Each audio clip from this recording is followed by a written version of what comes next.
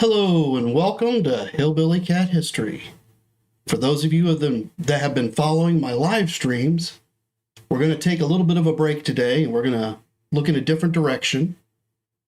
We have been following Joyce, a fictional 1977 fan of Elvis, who was there on August 16th in Memphis when Elvis passed away. And she's been notating in her notebook all of the news that's coming in so that she can make a determination about what's true and what's not, about what she's hearing, about what's happened. But that's not what we're going to be doing on today's live stream. On today's live stream, we're going to be looking at what did the man who had everything want? In this live stream, we look at exactly that question and identify a specific machine coveted by the king of rock and roll. But the machine that Elvis welcomed into his home would later become the silent witness to one of Hollywood's most infamous unsolved murders. So if that sounds interesting to you, hope you stick around, maybe hit the like button, definitely put some comments into the chat. The more that you chat, the better that the live stream is. The story that I'm going to tell today happens in November 1969. Elvis may have been at the pinnacle of his personal life at this moment. After a multi-year run as the #1 Hollywood box office star, Elvis taped his now legendary Singer television special, which was still big news in 1969, as it was replayed at various times throughout the world. So for the entire year of 1969, the Singer special was big news. You know, it kept coming up over and over. And of course, Elvis received accolades and welcomes from it. So, you know, it just kept returning on his investment out into the world. And of course, that convinced him that he wanted to go do live performance. So in July 1969, Elvis returned to live performances in a spectacular debut at the International Hotel in Las Vegas, Nevada. And that's actually what we're looking at right here. On screen, we can see a picture of what the International Hotel looked like when it opened in 1969. Now, Elvis wasn't the first person to play. That was Barbra Streisand. But he was the second.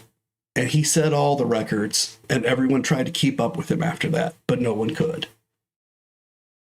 It was a smashing success. And the engagement was a professional and personal triumph for both Elvis and the Colonel.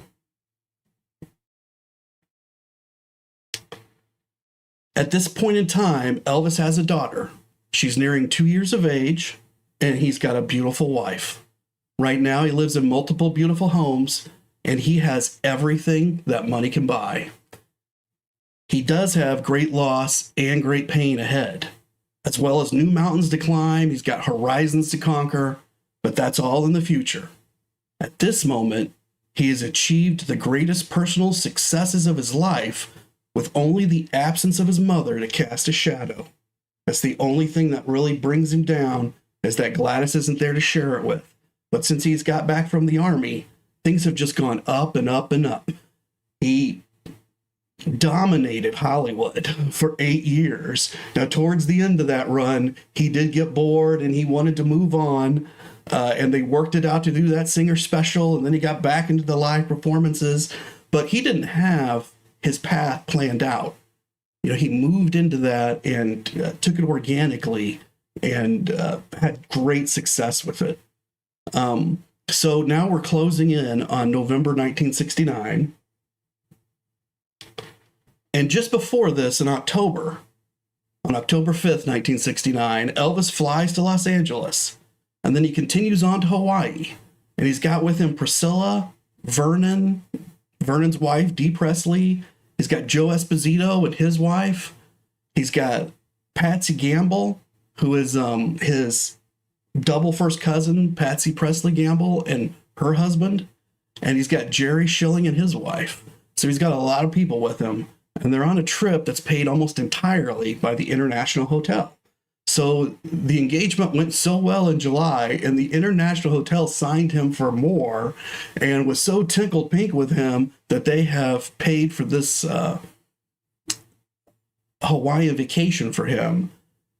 Now, the Colonel's involved in that. You know, the Colonel pushed the International to help pay for this, but they were happy to oblige to keep Elvis happy. So this is a good thing for Elvis. He has a great time while he's in Hawaii. And in fact, he has such a great time that when they return on October 12th and they come back to Los Angeles, on the way, they formulate plans, the whole group, that they don't want this Hawaii vacation to end, but they can't stay in Hawaii because the plans are already made and they're coming home. But Elvis decides that what they'll do is use Los Angeles as a layover and just continue their vacation. And they'll go on to maybe New York and catch a plane, and they'll move on to Europe. Because Elvis has always wanted to go to Europe outside of the Army, get a chance to really see the place. All the people that are with him, they are very supportive of this idea. They would love to go see Europe as well. The Colonel finds out. Colonel's not very happy with this plan. He says, hey, not sure this would be the best thing that could happen. Let's take a look. I think I got a couple more pictures here. Yeah, so here's Hawaii in 1969. So this would have been, you know, the kind of scenery that Elvis would have seen as they were having the vacation there. This is Elvis and Priscilla. They were there in Hawaii on this vacation. Priscilla looks extremely happy in this picture, I think. Elvis, not so much. I'm also just like totally impressed that he can pull off this scarf. I mean, I could never pull this scarf off, but he definitely does it. So it's a very good look for him, I think. Let's see if I got another picture. Oh, here we go. So, of course, they all wanted to go to Europe. So this is just a picture that represents what Europe would have looked like in 1969 if they'd gone to Paris, seen the Eiffel Tower, but they're not going to make it here because the Colonel says, hey, if you guys go on out to Europe, and Elvis has never toured there, and he has no plans to tour there, and we haven't said, hey, we're coming out to tour there, these fans in Europe are going to be extremely angry that you're there. They're not going to be happy that you're touring around and that you're not there to entertain them, and that you have no plans to come back to do that. So this is a very bad public junket if you make it over to Europe. Elvis doesn't really want to listen to that. He still wants to go to Europe. So he continues to push to go. It pretty much is going to make it. And then the Colonel says, you know what? I know that you want to continue the vacation. You're obviously having a good time. I know a guy in the Bahamas that owns a hotel, and you can go out to that hotel. They have gambling just in like Las Vegas. They've got beaches. They've got oceans just like in Hawaii, and you can have a great time there. You don't have to travel nearly as far, and there's no publicity issues of any kind. You just have fun in the Bahamas. So that's what they actually do, is they travel to the Bahamas. And here we can see a picture of John Lennon and Yoko Ono and their daughter.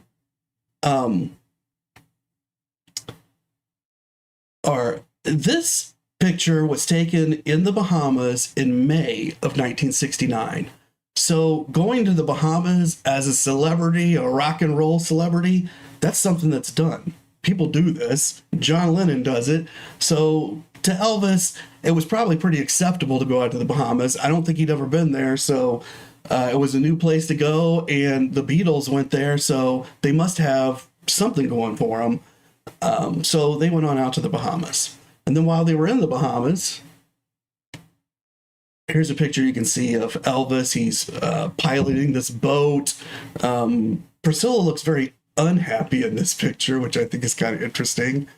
And Elvis's hair looks fantastic, right? And this collar that he's got on with this shirt. And he's even got a great belt that he's wearing, some kind of stage wear belt. So very interesting picture, right?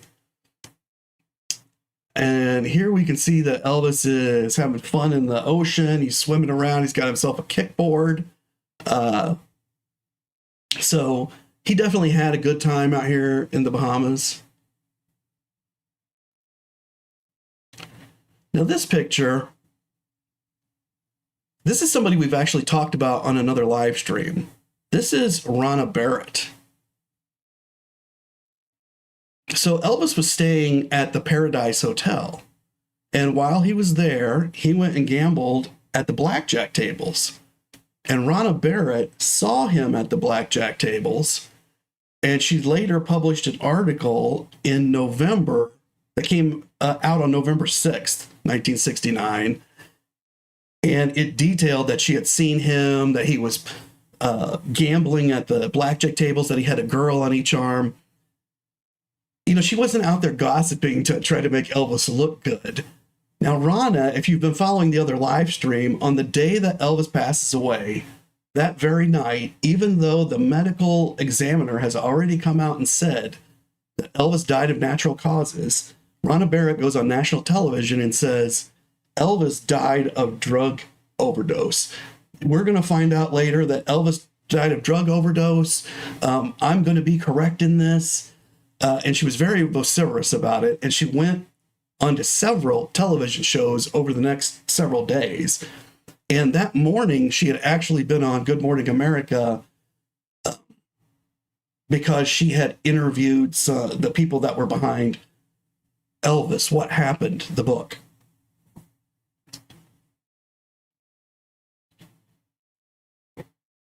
So this is Rana Barrett.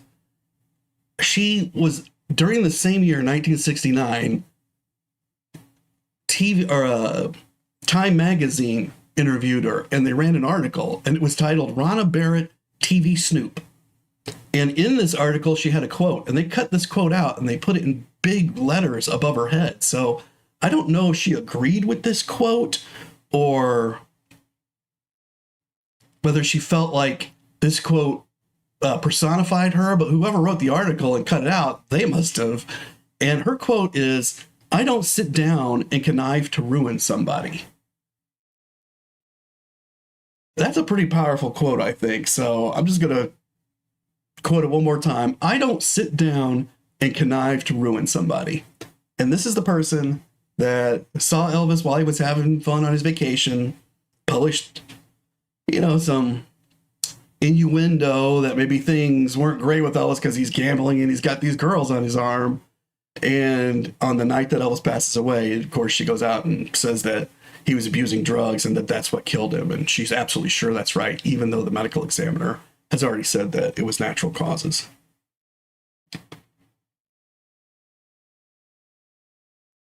Okay.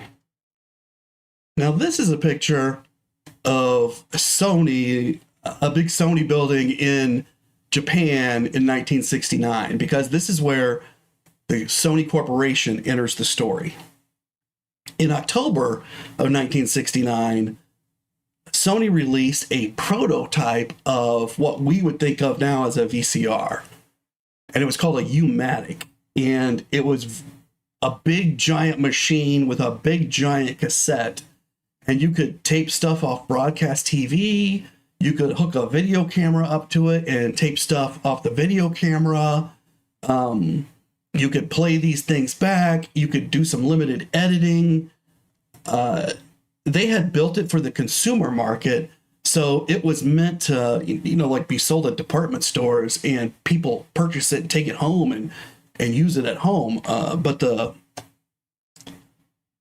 cost of the unit was outrageous, and a normal person could not afford these units. And at this point, they didn't have any consumer production models. All they had was prototypes. Now, over in the United States, there was a guy who handled all of Sony's business, at least for California and like the Western United States. And he worked out of Los Angeles. Now, it's not clear how Elvis learned that this VCR was available. And it wouldn't have been the very first kind of VCR, but it was the very first VCR that used cassette tapes. So it was on the cutting edge of the technology. And Elvis had probably seen and used VCRs that were reel to reel, which would be more like what he was used to in a recording studio with audio equipment. They would have used a lot of reel-to-reels. And I also find it interesting that later in the 70s, they used reel-to-reel equipment for computers. They moved from like punch cards and things like that to magnetic storage on these giant reels that were basically big reel-to-reel cassette players, or not cassettes, but reel-to-reel tape players. So this was one of the first cassette players, and that changed the industry. But it didn't change it the way that Sony thought it would change. Sony thought the consumers would snatch this thing up so they could watch TV whenever they wanted, but it was just too expensive for that. The people who bought it were the broadcasters themselves, because up until this point in time, they used 16 millimeter film in order to film everything. And that meant they had to have the film developed. And that put at least a 24-hour hitch into the cycle where you had to wait for this film to be developed. And then if the film was no good, you've lost everything. You've got to redo. And that also meant you had to take a bunch of takes if you wanted to be sure that you were going to get what you wanted. And it led to other issues. It had some editing difficulties.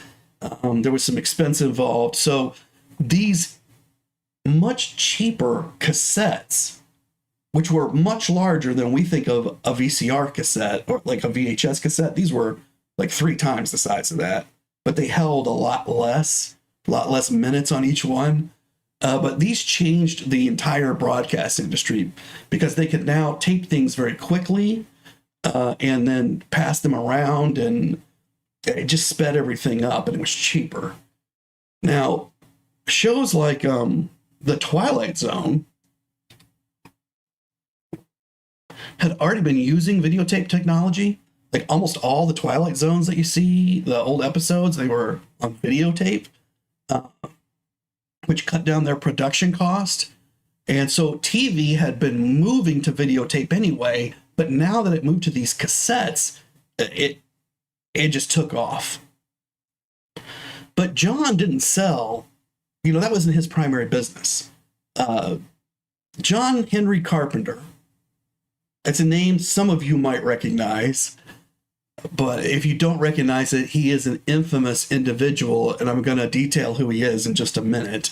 But John Henry Carpenter was the Sony salesman in the area, and he was only selling the high-end product, basically prototypes, that he would locate individuals that could actually afford these, which in his area were almost all celebrities. They were connected into the Hollywood machine, and they were interested in these VCRs, not just as a consumer would be, but because they could see applications to the movie business, and because they had dreams and aspirations themselves of like maybe filming small movies or doing some editing of their own at home, or even just taping shows off television so they could watch them whenever they want because of their schedules.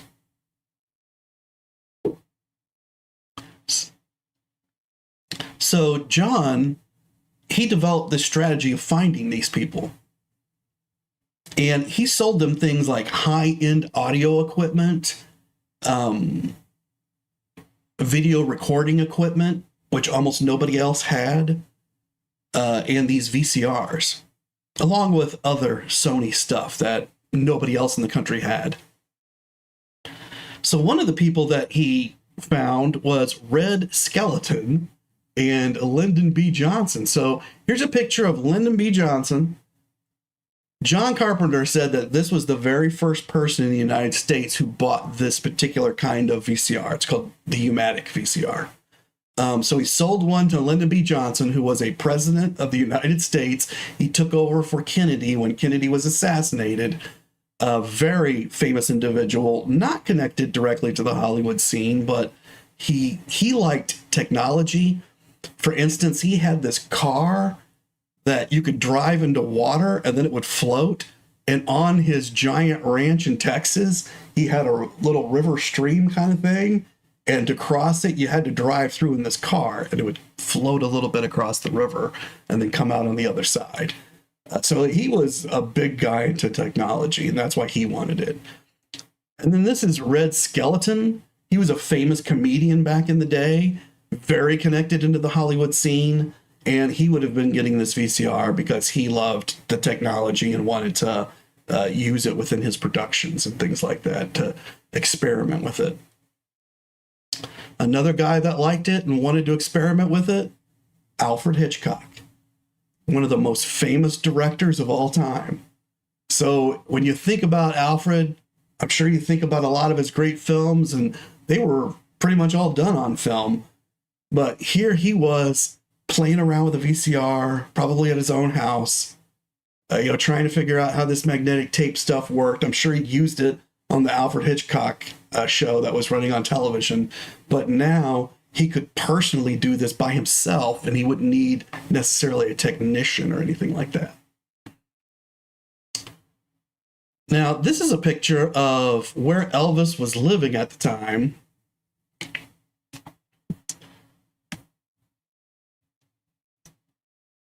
And this was at 525 Perugia Way, I believe. And you can see Elvis in this picture. You can see Vernon. You can see some cars. The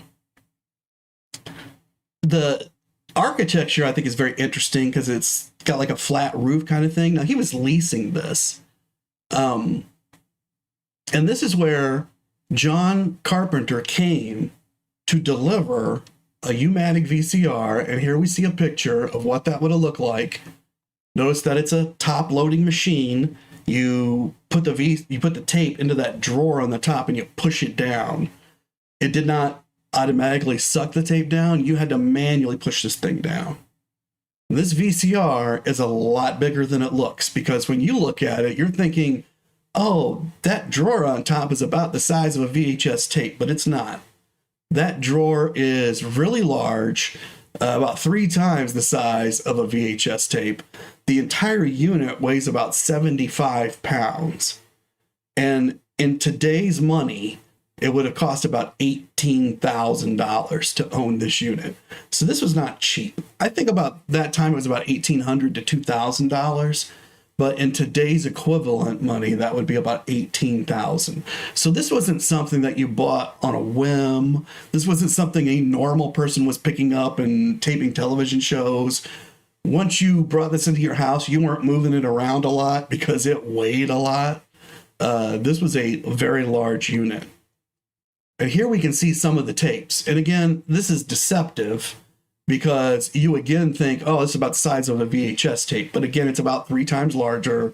You can see the cover says 60, which I believe means it'll hold 60 minutes, which really isn't a whole lot of time, especially for that size. And of course, the tape itself was wider. So we would think it could potentially hold more information, but back then we weren't as good at compressing the data and the storage onto the media, so it was actually holding a lot less information. Here we can see another picture of Elvis at Perugia Way and a Vernon and some more of those cars. It's taken basically at the exact same time, but I just thought that's a really interesting little picture of him. I love that little red car in the background and the station wagon. I mean, that's a neat station wagon. And you don't think of Elvis associated with station wagons, but if you go to my channel, you can find a video about Elvis's hidden car lot. And on that car lot, there were a whole bunch of station wagons that he would borrow in order to drive his football teams around. Plus, he had a station wagon that he would drive back and forth to California. So he did like station wagons. Okay, and here I've got a video that we're going to watch, at least part of, and this man has found a real U-matic VCR from the time period. It looks a little different from the one we just looked at, but it was another one of these models. I believe that this one is the actual first production model, which you would have been able to buy in 1971. I think the one before it was more of a prototype. I'm not positive about that. These are just some pictures I found. But I'm pretty sure that he tells us that this is a production model. But let's listen to what he has to say. Hey, Phil from Got Memories here. Look at this video recorder. This is a Sony, the very first Sony U-matic player. If you see it, this is the world's first video cassette recorder player, 1971. Look at this, eject. I just picked this up on eBay, and no power cord, no power cables, no anything. This is what Sony unveiled U-matic in 1969. And so pretty neat, huh? That he's been able to find this thing. I don't know that he's got it working yet, but just that he can see it at all, and that he's given us the opportunity to look at it. I just think it's fascinating. And this deck was the world's first video cassette recorder. Yeah, there's like 1 inch, 2 inch, all that kind of stuff on reels, video on reels. But in terms of having an enclosed like cassette itself, this was the first, 1971. So this is 54 years old. And look at these connectors. Oh, let's have a look. Sony, VOC. So this was just kind of neat because you can see the whole label on the back, and you can see that it was made in Tokyo, Japan. So this was not made in the United States. This is made in Tokyo. I don't believe this one is even made for the US market. We're going to see that in a second. 1600, doesn't have a date on it. Tokyo. Look at these outputs here. I am now looking. So if you see this AC in and AC out, I guess maybe those are United States plugs, but they're weird looking, right? Like, they don't look quite right, but maybe those are. But it got me to thinking that the one that John brought over to Elvis, I don't know if it would have had the right plugs on it or not, and if John would have had to bring an adapter in order to hook that up. So that's just an interesting thought about where this technology came from and how John was facilitating bringing it to these different celebrities, teaching them how to use it and making sure that it worked right. And of course, he would follow up with these celebrities because that gave him the opportunity to sell more product. Plus, John Carpenter really loved to hang out with the celebs. For the input, this looks like a reverse pin cable I'm going to need there to even power it up. Look at that. That video out is really interesting too. I think that's a coaxial cable out, but I'm not sure. I don't know what kind of video out they would have used back then. It doesn't look like a RCA jack. A video out there. Video in. Look at that. It's like a screw-on job.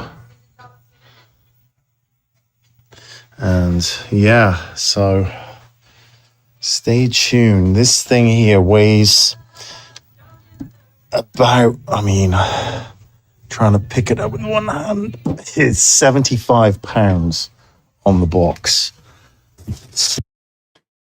So you can see here, although it's hard to see on the screen right now. Hold on a second. Let me flip this around.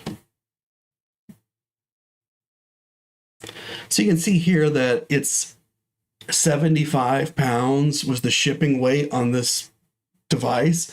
So I'm thinking that the one that John brought over to Elvis's house probably weighed a few more pounds. It probably didn't weigh just 75 because it was a prototype model. So I bet it was around 80, maybe 85 pounds. 75 pounds, and it was packed like crap. This guy had just chucked all of his garbage in there and used it as packing material. So, but look at this. VHF.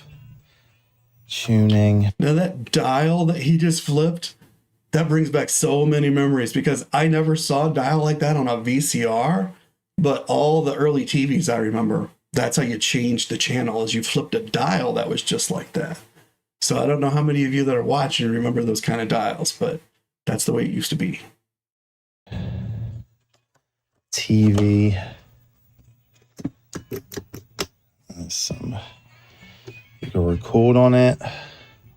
This is your skew, your tracking there, headphones. God, I wonder how much this cost back in the day. I like the eject though. No messing there, no electronics. It's just all mechanical, which is good. There we go. Anyways.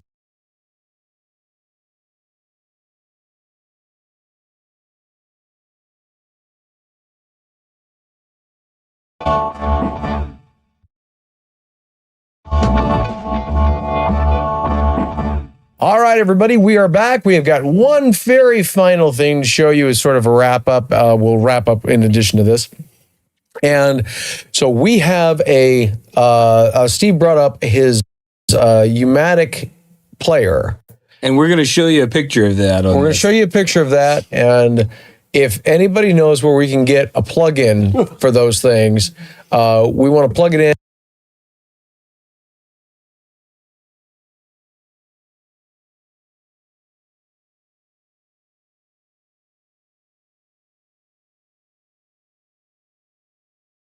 And we want to do transfers, and we'd like to react to what is on these. And when Jamie says plug-in, he means not like a computer plug-in, but like a literal power cord for this 1970 world's first ever VCR. Yeah, yeah. A little bit rare. Yeah. I may have one. I may have just forgot to bring in, but I'll look. Okay. So anyway, these are fascinating. So KCA 60 video cassette and U-matic. Yeah, KCA 60 video cassette made in Germany. We don't know what this one is. This tape was in the machine. Now these U-matic VCRs, as you can see, this is much larger than a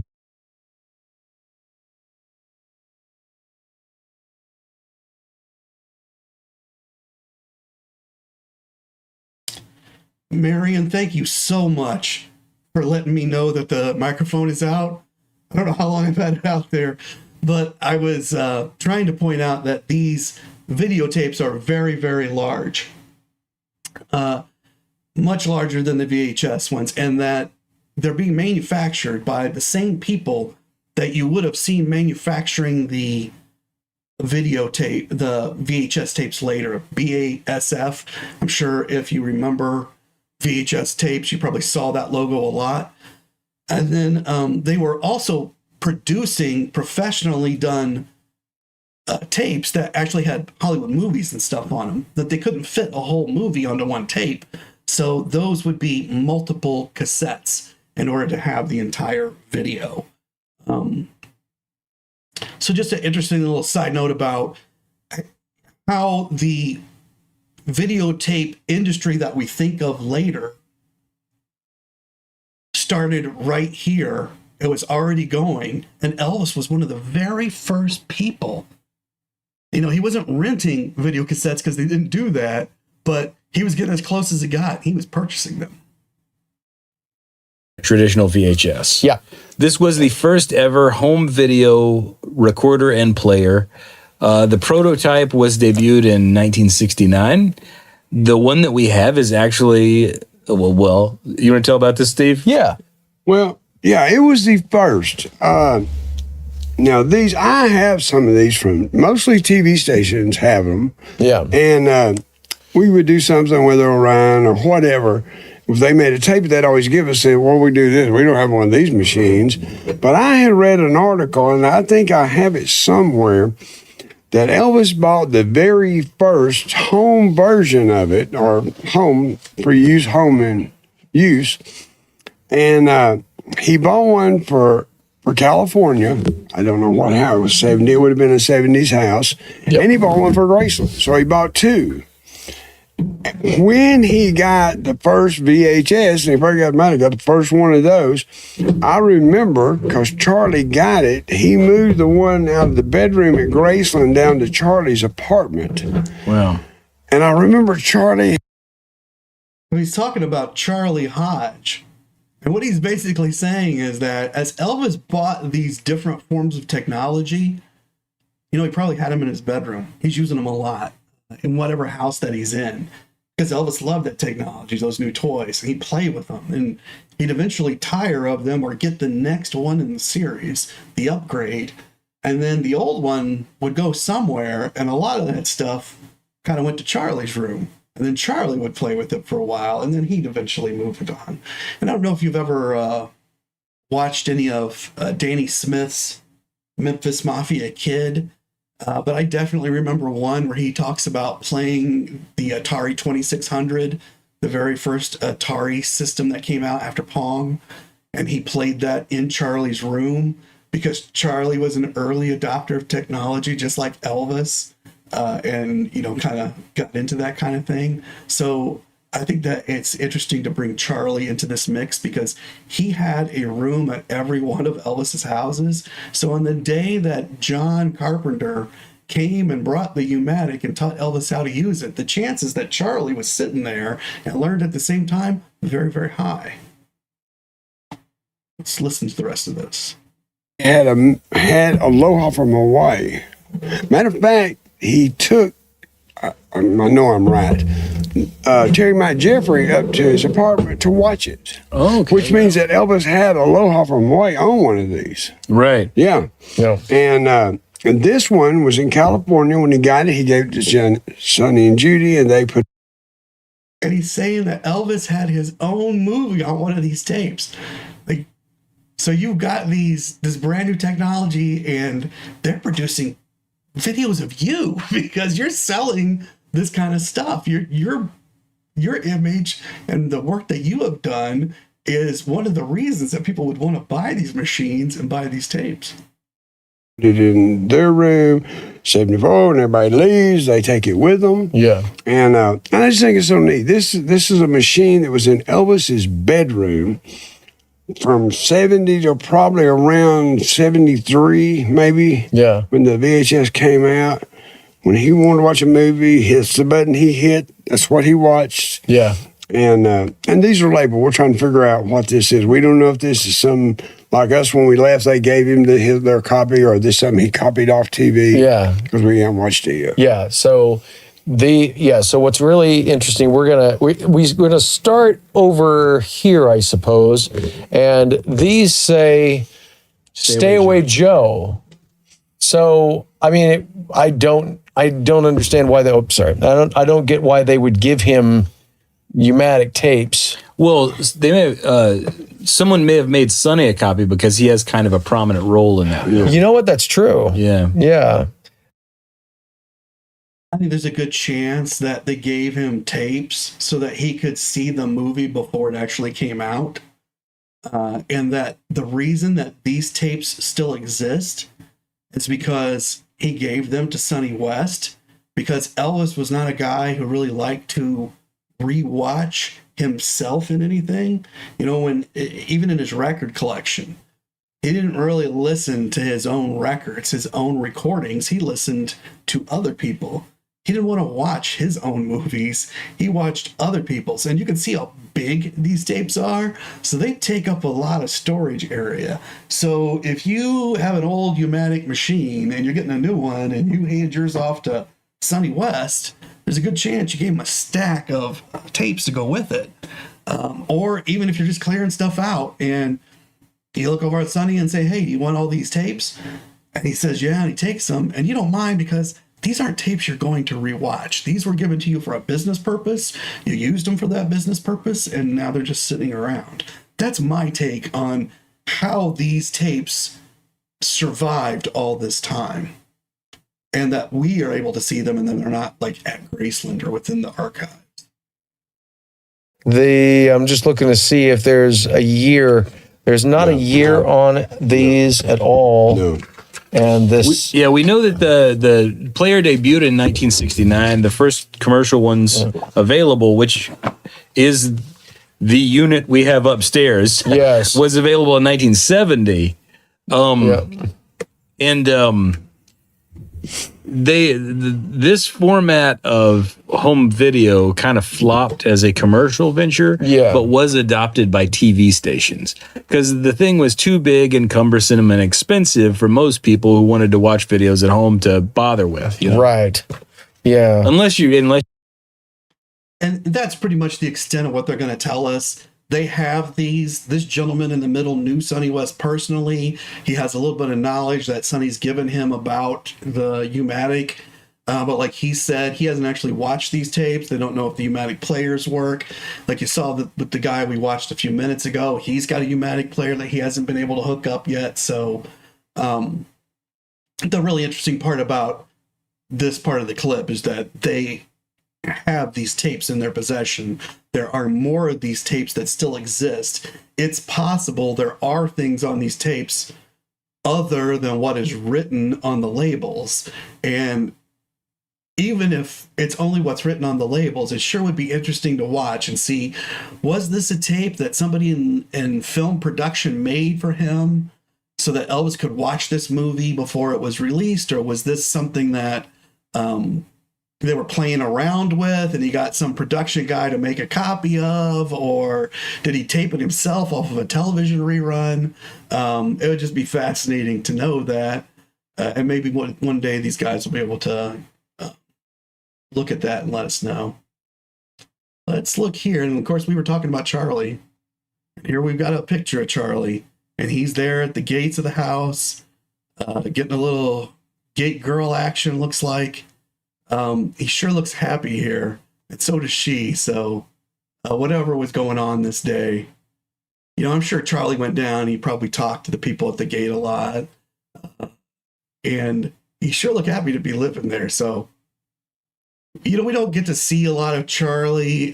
He's barely in the stories, really.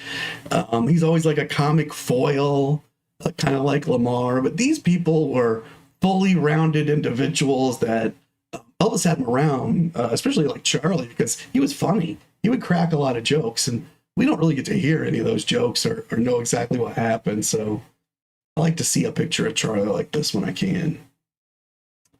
All right, now to continue this story. Oh, let's roll back up just for a second. We'll keep looking at this house. So inside the house, John Carpenter comes and he brings the machine and he shows Elvis how to use it. Let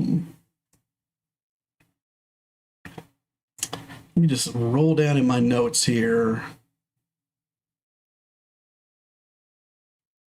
So this machine that he would have given to Elvis, it would not have been available to the public. It was almost for sure a prototype. I don't know if it's the exact machine that they're talking about in the video clip that we just watched.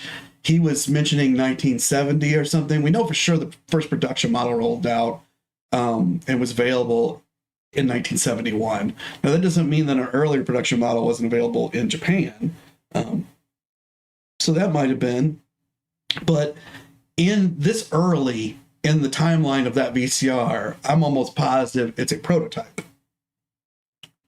So he's brought this over to the house. He showed him these big cassettes. He probably brought some pre-recorded material. Like there was probably a tape. Like, I don't know if you guys are old enough to remember, but when you bought a VCR in the early days of VCR, there were also machines called video disc players. And even when you bought like a record player, like a high-end LP player, they didn't even have to be that high-end. They came with sample discs. So this would be like a record for your record player that had a bunch of different little classical music clips or something like that. So those would have been selected specifically to show the range of the speakers and allow you to change the equalizers or whatever was on that particular machine so that you could play with it and get to know, on this kind of song, it should sound like this. They did the same thing for VCRs and video disc players. So you might get a tape and it would have 30 minutes of different video stuff. Like some of it would just be like regular stuff out of a camera, like just shooting straight ahead, landscapes, pretty pictures, things like that. And then there would be some visual effects, and like they did with the NBC color peacocks and stuff like that. That would all be on a tape like that for you to watch. And it would have been boring, but you would have watched it because just the fact that the VCR played anything was amazing. This was not broadcast television. You were not at the whim of NBC or CBS or ABC. You were watching what you wanted to watch, even if it was just this demo tape. So there's a good chance he watched a demo tape. He probably had a few other tapes. John had a proclivity for risque material. And so if it was just Elvis and the guys there and they got to talking, and Elvis might have shown him some of his badges, his police badges, probably some jewelry, I'm sure John looked at things in the house and made comments, and Elvis would have toured him around a little bit because Elvis was a good host. He loved to tour people around, and they probably would have shown him some guns. And as they got, a little more acquainted, John might have felt comfortable enough to mention some of his risque stuff, which tended towards very risque pictures or video. And Elvis had a reported proclivity to that from some of these guys that would have been there at the time. So, but if there's, if it's like a locker room with a bunch of guys in it, it's possible they talked about some of these things that are later going to play a very large part in John Carpenter's life.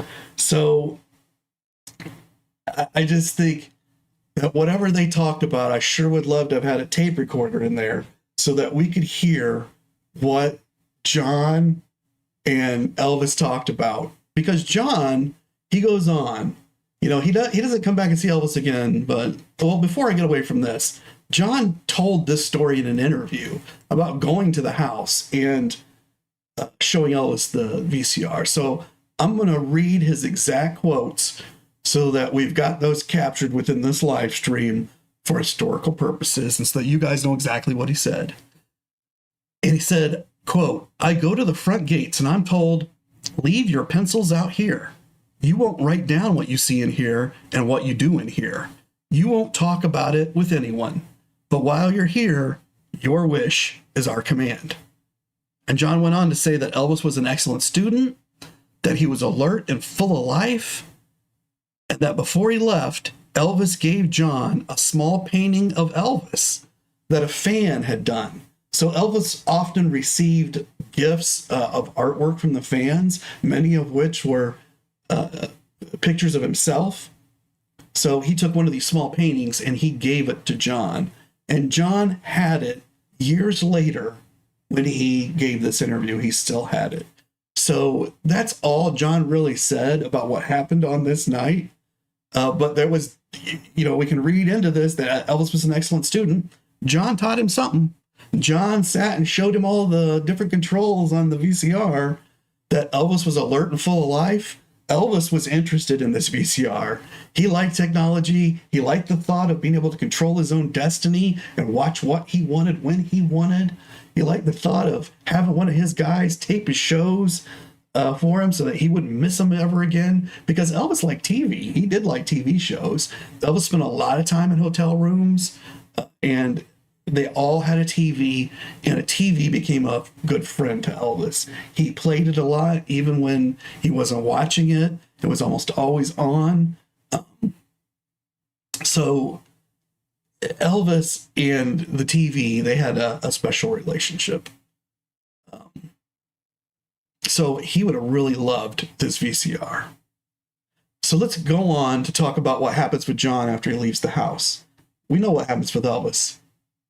He goes on to do all the great things that he does right up until 1977. He buys a lot more VCRs, I'm sure. He watches a lot of taped programs. But John, he makes friends with a guy that you see on the screen right now, whose name is Richard Dawson. So Richard Dawson, most people would remember him as being the host of Family Feud in the 1970s, and he was very famous for kissing all the women. If any man in the world has a record of kissing women that comes anywhere close to Elvis's personal record, it would be Richard Dawson. that's how many women I believe that Richard Dawson probably kissed. He kissed every woman that came on to Family Feud. I don't know why he started that or how it started, but it became his signature. But we're at a point in time that's slightly before that. And Richard, he's a star, one of the stars on a hit TV show. And that hit TV show is Hogan's Heroes. Here. Now, Richard is really into audio equipment, especially in his car. So he ends up hooking up with John Carpenter, who has been recommended to him by some other celebrity friend. And he gets a new stereo system in his car. I'm sure it's extremely expensive, but he really likes it and he shows it off a lot. And he tells the other people on the set about how he got it. And of course, they all know he's got it because he comes in blazing this thing at full power. Everybody can hear it. And then he's very proud of it. So he talks about it. And he mentions Carpenter. And the man who is the star of the show, Bob Crane. This is Bob Crane. He played Colonel Hogan. He is very interested in cameras and photography. And he has a proclivity towards very risque pictures. He can't find a lot of them, and he can't find many women who will allow him to take those pictures, but he has collected a pretty large amount of published pornography, like in magazines. And he has a habit of showing people some of the parts of his collection. Like he'll come to work and he'll have some of these magazines with him and he'll show them to somebody, and it's invariably the wrong person. And people begin to become upset about what Bob sees as a harmless habit. But eventually Bob loses his wife over this and his family. He hooks up with Carpenter. Carpenter begins to provide a lot of equipment, a lot of really high-end equipment that they're able to set up in different motel rooms and stuff. Carpenter is really good at going and talking to people too. And he becomes like Bob's wingman. He goes out and talks to women and tells them that he knows Bob Crane and lets them know that Bob would really like to meet them. And they often, he'd get 2 or 3 of them and they would come back to the hotel room that Bob's at. And they would all have adult fun together and often tape this. And then Bob and John would later watch these tapes together. And then they would repeat these cycles over and over. And Bob allows these cycles to become so dominant in his life, along with John, that he ruins his own career. He misses a lot of opportunities. He's not able to take some opportunities, and he ends up like out on a dinner show circuit. So it was popular, especially in the 70s, that you might travel around the country and you would stay in little motels or hotels near local dinner theaters, and you would do your show. And the dinner theaters loved to pull in people with names because that brought in the audiences.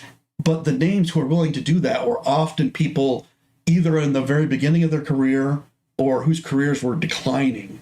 So they were usually older people towards the end of the career, or they were in the middle of their career, but their career was declining rapidly.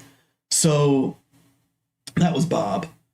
And John would travel around, and John has gotten so far into this that he's not doing well as a salesman, and he's not able to keep his job at Sony, and he's moved on to a different, much lower end provider. But they still have the video equipment. They're still participating in this lifestyle. And John will come to the dinner show performances and find women in the crowd. And so they're able to just kind of continue this for a long time. Until one day, Bob is found in his bed in the hotel room or motel room, and he's dead. His head's been bashed in with a tripod from their equipment. And that tripod isn't like a tripod you think of today. This was a very heavy piece. Because, like, you think about that VCR being 75 pounds. Well, those cameras were really heavy, too, even the ones that were portable. So it would have been a really heavy, thick, durable piece of equipment that somebody used to smash in Bob's skull. And that person was often thought to be John Carpenter. And John Carpenter did go to trial for it. And there is an entire rabbit hole and story about that. And if you're really interested in that story, there is a movie called Autofocus where Greg Kinnear and Willem Dafoe, Willem plays the John Carpenter role, and Kinnear is Bob Crane. And it kind of pushes towards the theory that John was the man who killed Bob. No one really knows. As of today, no one knows for sure. They're both dead, long gone. No one's ever going to solve this mystery. Nobody knows what happened to Bob, but it's, you know exactly. But somehow Bob's lifestyle almost assuredly led to this, because no one broke in and bashed in Bob's head. This was a crime of passion. It had something to do with whatever was going on, and it wasn't necessarily John, but there were a lot of pieces of evidence that pointed to John. But of course, this was before DNA as we think of it, before evidence gathering as we think of it. So this is one of those Hollywood mysteries that's always been out there. And Elvis is connected almost directly to it, because John was in his house and sold him a VCR and showed him how it worked. And my guess is that none of you listening or that are watching this video later on, that none of you have ever heard this story, because it doesn't exist in a film. It's not on TV. You can't find it in a book, none that I've ever read. It's not in a magazine. It's not ever been published anywhere. There's the one very short quote from one obscure article that I read to you about that John gives, but otherwise there's really nothing. Now, I'm tracking down the date to November because the prototype of the VCR came out in October, so he could not have gotten it earlier than that. And John described the event as happening sometime in the late 1960s. And November 1969, there might have been December, but Elvis had a lot of other stuff going on in December, and he spent Christmas, I believe he spent Christmas at Graceland that year. So doesn't appear that it would have been December. Might have been early 1970, but that wouldn't align with what John was saying. So just based on those pieces of evidence, that kind of puts it into November 1969, but it might have been sometime in early 1970. It probably wasn't 1971, because Elvis could have just bought a VCR at that point from wherever, because it would have been commercially available. He wouldn't have needed John. There wouldn't have been there would have been good enough instructions. Nobody would have needed to come and show him how to use it at the house or to hook it up. So I'm pretty sure it's November 1969. So if any of you have ever heard this story, or you want to leave any comments about it, or you've got any evidence or pictures that go with it, I sure would love to hear them, because I don't think it's documented out there anywhere, at least not in a fashion that's easily available to the Elvis fan. And that really brings me to the end for today. Unless anybody's got any questions that they want to ask, I'm definitely reading the comments as they come in. Anna, thank you so much for joining and watching. And Marion, I know you've been on here for a while. I appreciate you sticking with me through it. But that's it for today. And I'll go ahead and sign off and let you all know to just keep on taking care of business.